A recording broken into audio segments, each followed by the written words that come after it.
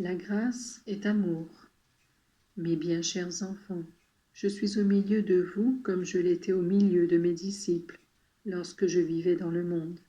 Je suis Jésus de miséricorde et d'amour infini. Je désire vous encourager à faire de la prière un moyen de perfectionnement personnel, de sanctification pour votre famille et de conversion de la société. Je vous dirai des choses extrêmement simples. Je désire que vous les graviez dans votre esprit, de manière à ne pas les oublier et à savoir les enseigner aussi aux autres. Qu'est-ce que la prière? La prière est un don que le Seigneur fait à ses enfants, en leur permettant de se mettre en communication avec lui. C'est un dialogue qui se déroule entre l'homme et Dieu, entre la créature et son Créateur.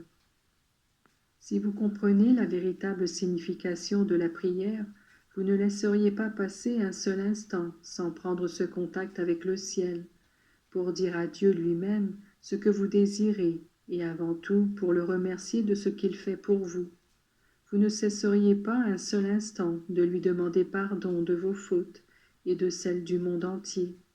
La prière est un acte de bonté de la part de Dieu envers les hommes, qui sont ainsi admis à une audience particulière. Voyez au contraire comme les grands de la terre se rendent difficilement accessibles à leurs semblables. Comment se produit cette audience? Il n'est pas de lieu de la terre où votre Dieu ne soit à l'écoute, mais il l'est surtout dans vos églises.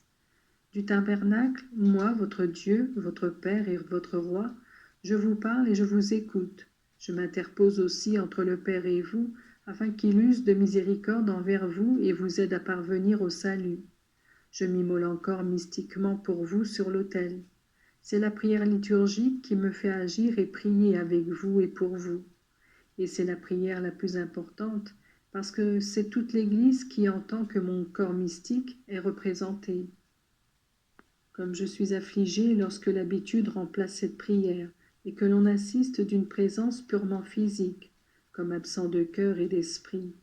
La prière sans l'amour est comme un corps sans âme.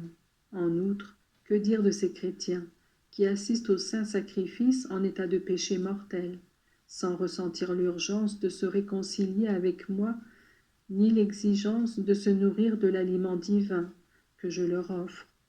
Ils se rendent semblables à ceux qui, assistant à ma crucifixion, donnèrent quelques coups supplémentaires pour que les clous pénétrassent plus profondément en moi. La condition principale de la validité de la prière, c'est de la faire en état de grâce. Qu'est-ce que la grâce sinon l'amour? Ainsi, alors que beaucoup d'âmes disent m'aimer, elles prient parfois en conservant dans leur cœur des sentiments de vengeance, de ressentiment et d'envie à l'égard du prochain. Comment peut-elle être valide, la prière faite en de telles conditions? Je vous ai dit, si tu apportes ton offrande à l'autel et que tu te souviens que ton frère a quelque chose contre toi, va d'abord te réconcilier avec ton frère, puis reviens apporter ton offrande. C'est ainsi que j'entendais vous apprendre comment rendre valide la prière, en vous rappelant que le pardon de Dieu pour vos fautes est étroitement lié à celui que vous donnez aux autres.